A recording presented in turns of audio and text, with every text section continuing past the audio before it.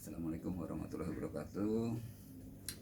Kali ini adalah sesi yang keempat untuk kita bicara tentang spiritual. Sebetulnya ini agak menjadi bahasan yang menurut saya kayak memang ada-ada, tapi ada subjektif pemikiran saya bahwa nilai-nilai spiritual itu layak untuk kita coba gali lebih dalam. Gak usah jelimet-jelimet, jadi dibuat santai aja, dan insya Allah apa yang akan kita diskusikan dengan rekan saya ini bisa menjadi kasanah buat teman-teman semua. Tapi ini ada kursi kosong di sini, belum datang juga. Mudah-mudahan kita tunggu aja, kalau bisa cepat datang. Ini saya masih sendirian. Oke. Oh, tapi tadi lupa saya. Assalamualaikum warahmatullahi wabarakatuh. Waalaikumsalam warahmatullahi wabarakatuh. Ini ada yang jawab nih. Duh, saya telat gak nih? Enggak ya? Enggak. Gimana Mas kabarnya? Sehat. Alhamdulillah. Paskan dulu Mas posisinya supaya. Oh, langsung nih udah ini. Iya, ini udah langsung apa sih? Online. Kaos oblong nggak apa-apa ya? Enggak apa. Ini saya pakai kaos, kita sama-sama coklat. Kok kayak coklat. settingan ya? Padahal mah Enggak. ini saya dari rumah emang pengen pakai baju ini aja. Tapi ini ada tulisannya dari Sydney Mas. Sydney ini saya nggak tahu Sydney ini apa gitu. Enggak, Sydney karena bahasanya bukan bahasa kita, ini pasti dari. Oke lah. Tahu lah dari. Dari seberang sana lah, jauh lah pokoknya. Iya Mas, ini kan saya tuh kalau ngobrol sama sampean tuh bagaimana ya, mau coba serius tapi ada yang lucu, tapi kalau mau coba lucu tapi pembicaranya serius Mas. Oh iya. Makanya kan saya sering ngomong, udahlah ini kita ngobrol-gabrol. Media YouTube itu sangat terbuka luas untuk kita bisa berekspresi Mas, dengan kasanah yang kita miliki. Walaupun kalau berbanding dengan yang lain itu kita tuh berarti antara bumi dengan langit Mas. Apanya itu maksudnya? Ya ini kan dalam kacamata saya. Ini ada banyak sebelah apa kan? kacamata saya. Jadi kan ini profesor yang ahli itu banyak sekali Mas. Bahkan tokoh-tokoh besar bangsa, tokoh-tokoh internasional itu juga mungkin menyampaikan sesuatu yang bermanfaat untuk banyak orang. Oke. Iya. Kita ini cuma ikhtiar Mas. Kita bukan orang yang benar dalam konteks nilai kehidupan. Ya, namanya kita manusia mah tidak luput dari yang namanya salah, lupa, dan hilaf. Hanya ini sifatnya ya gobrol-gabrol, kita rekam, siapa tahu bermanfaat Mas. Atau bahasa kerennya itu umprus atau gedabus gitu. Gedabus atau apalah. Aduh, rokok saya mana tadi? Kemarin saya ngerokok boleh kan? Boleh. Ya memang ini zona bebas merokok Mas. Ini koreknya. Saya juga ada rokok, tapi tinggal satu Mas. Jadi join ya Mas. Jadi gini Mas, ini pesawat terus kalau di lintasan ini di rumah saya ini selalu ada pesawat lewat Mas. Iya. Persis di atas. Jadi saya selalu berdoa Mas. Ya itu tadi pernah saya ngomong waktu podcast pertama, mudah-mudahan pilotnya nggak ngantuk Mas. Oh iya. Nah, pas lagi gini ngantuk itu kan, waduh, repot, ini saya larinya kemana Mas? Ya mudah-mudahan sih. Kan nggak lucu pas pesawat mau jatuh pilotnya gara-gara ngantuk, kan kita pakai salin baju jadi Superman, kan nggak lucu kan? Atau malah ini saya selalu bilang ke maskapai penerbangan tuh Mas, lewat, tolong yang lewat jalur di dekat daerah saya itu pilotnya perbanyak ngopi Mas. Jadi nggak ngantuk Mas pas mendarat. Tapi saya yakin Mas, navigasinya sudah bagus Mas. Oke. Sekarang sudah modern, merem pun bisa landing Mas. Iya. Oke. Jadi ini Mas, aku tuh kadang suka menggelitik perasaan, pikiran. dan ini agak bikin jelimet. Orang tuh maunya relax, ngapain sih mikirin yang kayak gini. Tapi Sebentar. Saya kalau dengar bahasan jelimet itu biasanya tidak jauh dari urusan hati biasanya. iya, maksudnya jelimet tuh gini mas. Dulu kan aku pernah diajak temen ini Matt, manggil aku kan Matt, yuk kita belajar apa filsafat gitu kan. Filsafat itu kan urusannya terlalu tinggi buat aku mas waktu itu. Jadi buat apa gitu. Tapi sekali waktu aku ikut filsafat itu gratis mas, nopos di satu kampus mas. Ada aku bukan mahasiswa tapi aku masuk ke dalam kampus itu, duduk di belakang dan rutin aku lakukan. Jadi bukan mahasiswa, penumpang gelap. Iya. Penumpang gelap yang ya dalam subjektif kebenaranku aku merasa gini, sing penting aku dapat ilmu gitu kan. Itu subjektif sebetulnya, tapi nggak benar mas. Dan kalau orang melihat pun juga taunya mahasiswa aja ya, padahal karena keluar dari kampus gitu ya. Iya, ini ada cerita juga sih kalau soal kayak gitu. Almarhum Gus Dur itu mas. Ini mohon maaf saya menyebutkan beliau, almarhum Gus Dur itu kalau punya buku nih, kalau nggak salah mas, bukunya dipinjam orang, kalau nggak dibalikin dia malah seneng. Kenapa? Karena ilmunya nyebar kemana-mana. Iya. Jadi termasuk buku saya ini mas, kalau ada teman-teman yang mau datang ke sini terus tertarik boleh mas. Iya. Monggo, saya juga suka ngasih ke teman-teman yang tertarik mas. Kalau aku ngasih buku ke mereka terus mereka nggak cocok kan juga nggak. Iya, sayang ya. Oke mas, kita kembali ke soal itu apa, saya yang menggelitik lagi dimensi kehidupan itu di dalamnya pasti ada spiritual. Nah, fase-fase spiritual pada sesi yang lalu itu bukan dibagi ya, sesuai zamannya. Nah, saya mau menelisik mas, di era-era zaman leluhur dulu mas, itu kan ada nilai-nilai spiritual yang dikait-kaitkan juga dengan alam. Iya. Ya kan mas, jadi penghargaan terhadap hubungan manusia dengan manusia, hubungan manusia dengan alam itu terjadi harmonis sebetulnya mas dulu tuh. Orangnya belum banyak mas. Iya.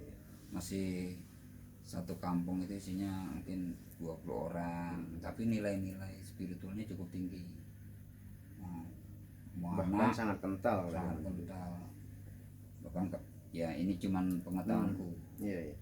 Komunikasi itu nggak pakai HP, cukup begini mas, teng langsung cus. Bahasa kerennya telepati lah. Telepati. Oke. Itu apa terkait dengan olah rasa spiritual? Iya.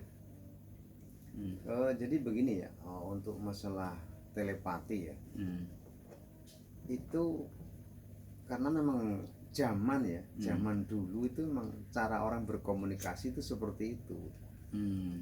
Karena perkembangan zaman ya kan.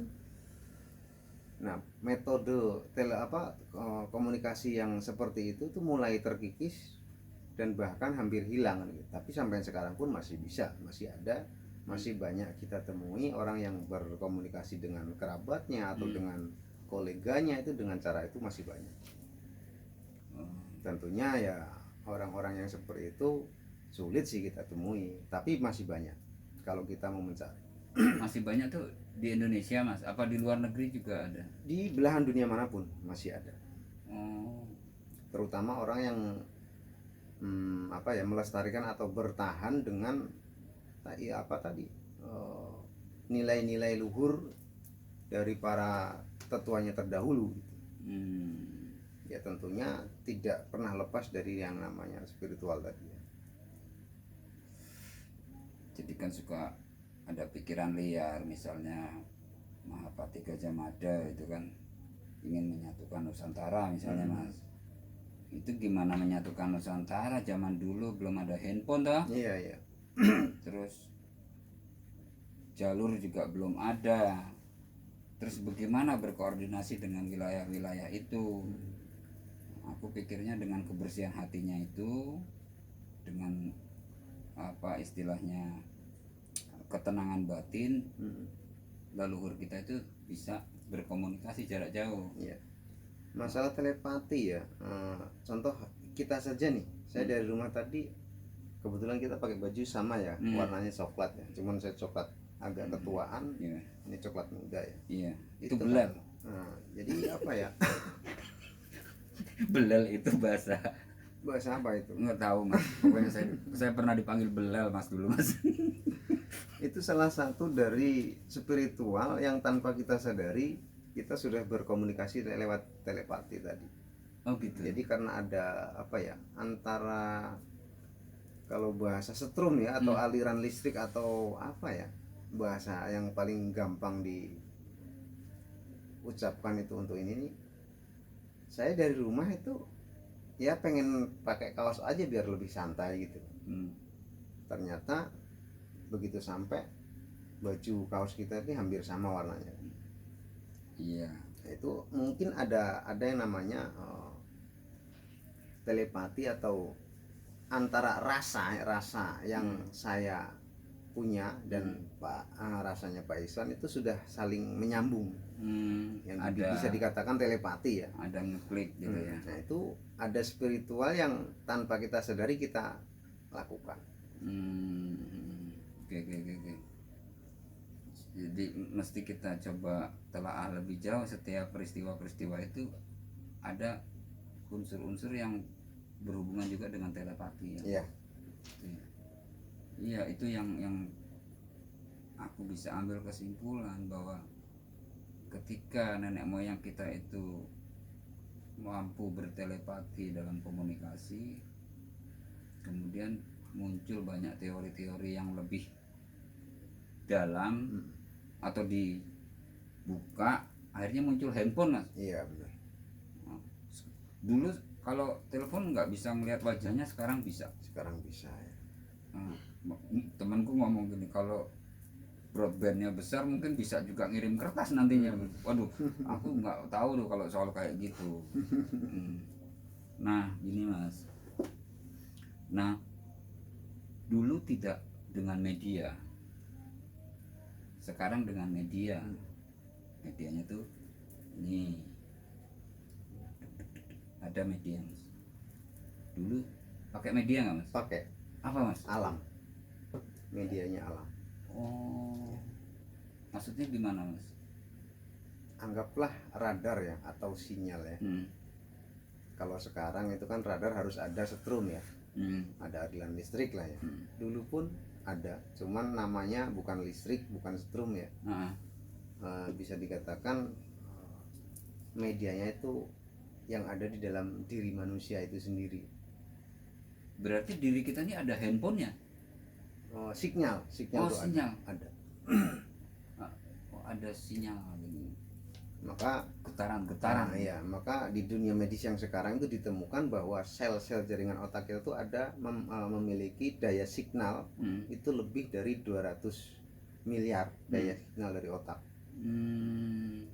Dan itu ditemukan juga belum lama kan.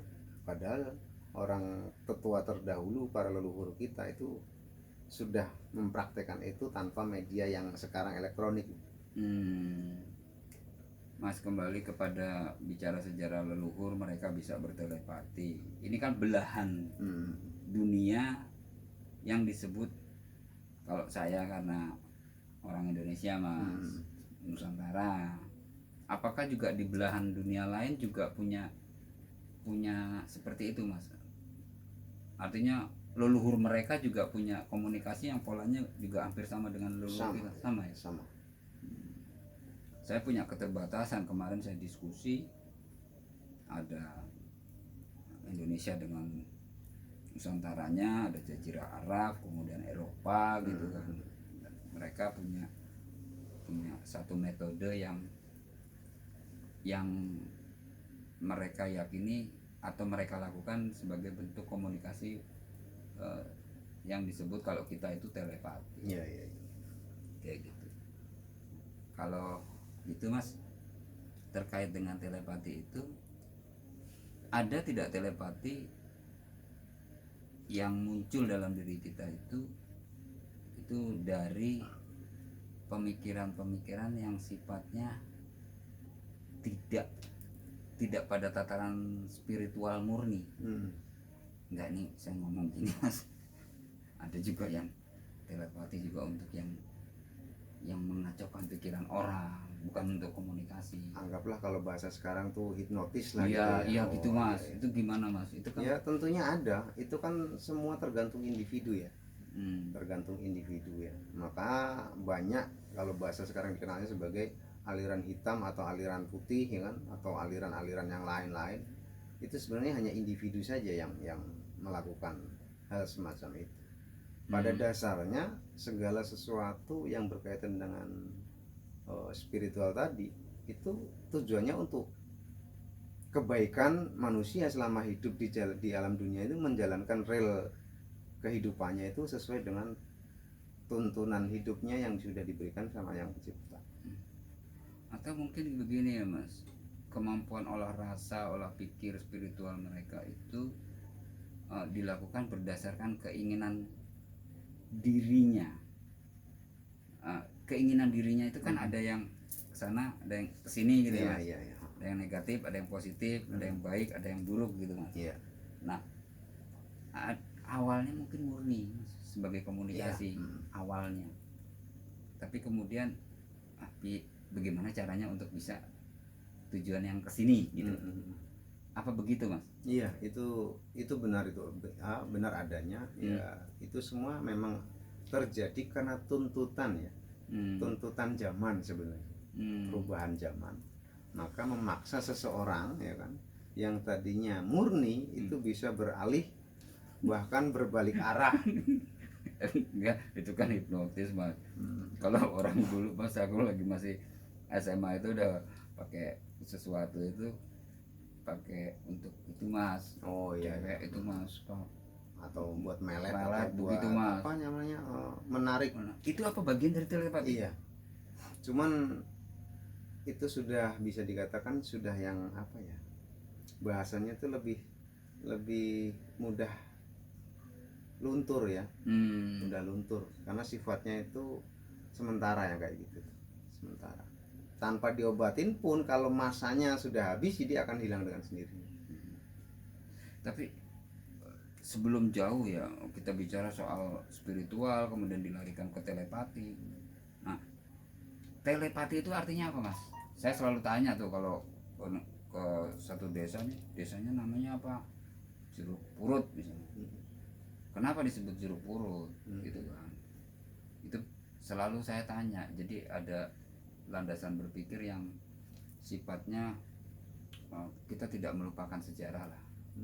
Maknanya apa? Telepati maknanya apa Mas? Telepati sebenarnya sih maknanya ya, kalau bahasa ada dua ya, ada dua menurut saya, tapi ya nggak tahu menurut orang yang lebih pintar ke sana. Ada dua versi, ada dua, saya golongkan menjadi dua lah ya. Bisa disebut sebagai alat komunikasi tanpa menggunakan media secara materi ya. Kalau zaman saya dulu masih kecil, telepati bisa digunakan dengan media lewat tanda ya, atau suara bunyi-bunyi. Kalau nanti ada suara ini berarti saya, atau lewat tanda. Ada juga telepati yang secara batiniah langsung tanpa menggunakan media, yaitu medianya diri sendiri ya. Dengan memberikan sinyal, mungkin kalau bahasa kerennya itu cahaya. Saya mengirim cahaya ini berarti itu saya. Sorry, ini kan tele kita ngomong telekomunikasi ya kan. Iya. Terus ya dari telepati ini kan ada nama tele. Iya. Terus dibagi dua. Ini dua kosakata, tele dan pati. Tele itu mungkin komunikasi, kalau Iya. pati. Nah, patinya itu bisa dikatakan alamat yang dituju ya. Alamat bukan hati. Bukan. Bukan, alamat pati itu Bisa dikatakan alamat yang dituju. Oke. Makanya diperlukan signal tadi kan. Jadi ada sinyal. Diri kita ini ada sinyal Mas? Ada dong.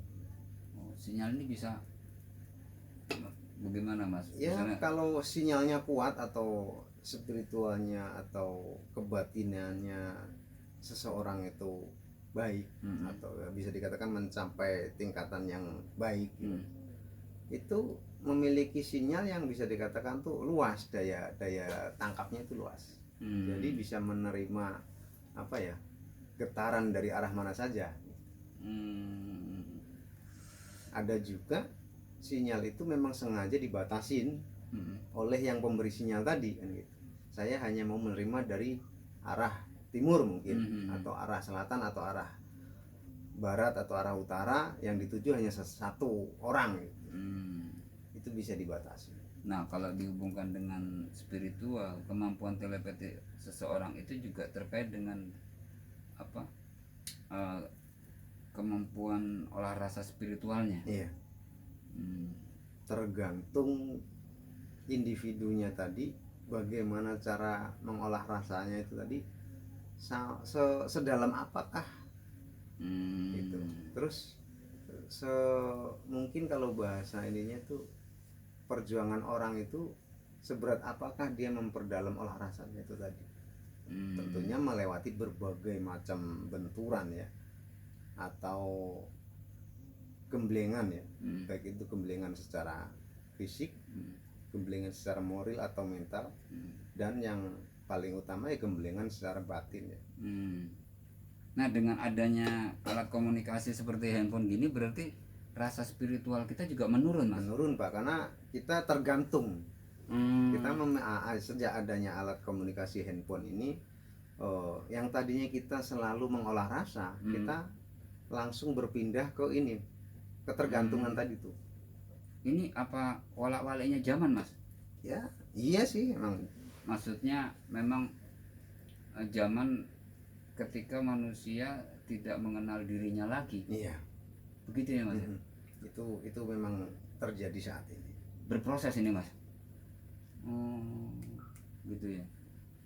Jadi kalau kita mampu, kalau bahasa saya dialektika, Mas. Iya. Bicara tesis, antitesis, sintesis gitu, Mas. Dialektika itu kan sebenarnya obrolan ya antara pikiran dan hati nurani diri kita sendiri ya. Iya, benar kan? Makanya kan sejak adanya smartphone seperti ini, hubungan rasa itu lebih pada apa ya, tidak makna substansi ya, Mas. Iya. Misalnya ada teman yang berbahagia, kita bisa mengucapkan. Kalau dulu, Mas, kita datang, Mas, atau kita ngirim kartu apa gitu. Sekarang cukup itu ya. Di situ juga berpengaruh besar ketika seseorang bisa datang langsung ya, mengunjungi kerabatnya atau sahabat atau saudara. Itu ada kesan moral yang apa ya, kalau bisa langsung bertatap muka itu lebih apa ya, sebetulnya itu. Tapi memang realitas yang muncul dalam kondisi sekarang ini gini, Mas.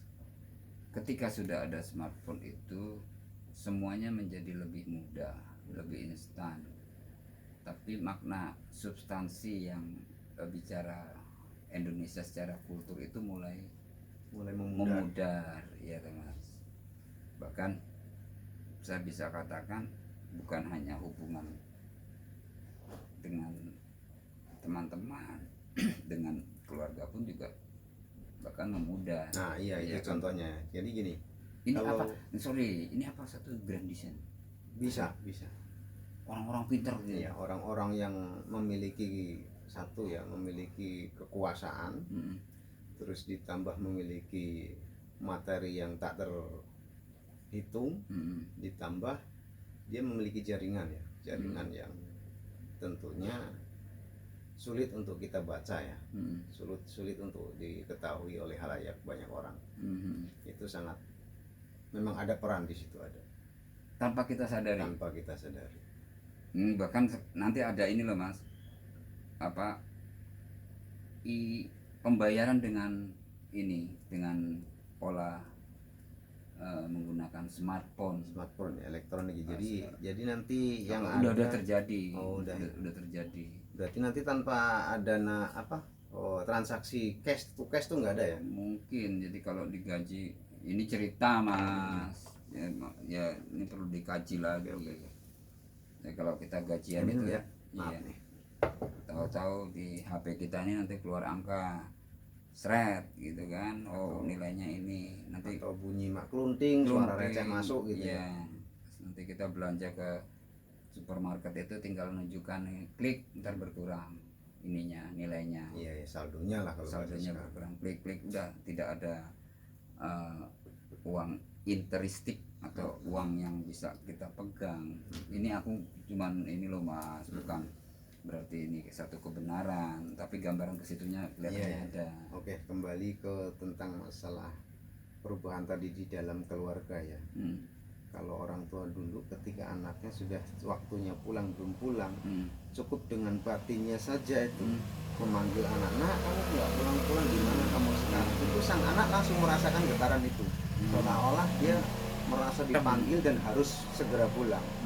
Tapi kalau sekarang, walaupun ibunya itu sampai teriak-teriak ya, bahkan nangis bombay kalau bahasa anak mudanya itu, kalau nggak di telepon atau di WA atau di apa namanya ya, dihubungin lewat media sosial yang sekarang itu nggak bisa. Jadi situ saja perubahan apa namanya yang sangat signifikan tentang tadi itu ya. Apa sih tadi saya lupa tuh nyebutnya loh. Perubahan signifikan ini apa, pola komunikasi Iya, adanya telepati tadi, dengan handphone, dengan smartphone. Oke, kesimpulannya sih gini ya Mas, bahwa realitas kehidupan di dunia ini mungkin ya Mas, ini kesimpulan aku, nilai-nilai spiritual yang diejawantakan pada pola komunikasi dulu itu lebih pada pengolahan diri. Dan kita tahu sejatinya diri kita bisa berkomunikasi dengan pola jarak jauh, kemudian bergeser dunia ini sampai pada titik yang kita rasakan sekarang ini. Adanya smartphone itu akhirnya nilai spiritual kita menurun, kemudian berimbas pada nilai-nilai sosial yang norma-norma kehidupan pun juga akan terkikis semakin mengurang, dan bisa kalau nggak buru-buru dirubah akan hilang. Walaupun memang ada sisi-sisi yang juga positif. Oke, gitu. Baik, buat teman-teman semua di obrolan Gobral Gabrul malam hari ini, terima kasih Bang Mas Gus. Oke, sama-sama. Saya juga terima kasih datang-datang, udah disuguhin kopi ya kan. Waduh, kopinya telat ya kan.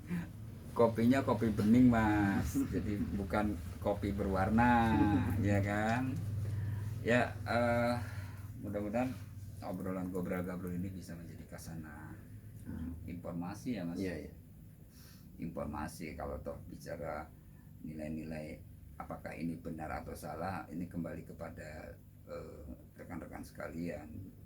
Tapi sebagai kasana mungkin bisa saja dikembangkan lagi, karena ada poin-poin intinya pada pola komunikasi dulu dan sekarang, kemudian nilai spiritual dulu dan sekarang. Baik, terima kasih atas kesediaan rekan-rekan menonton podcast kami dari Nusantara Sudut Lucu.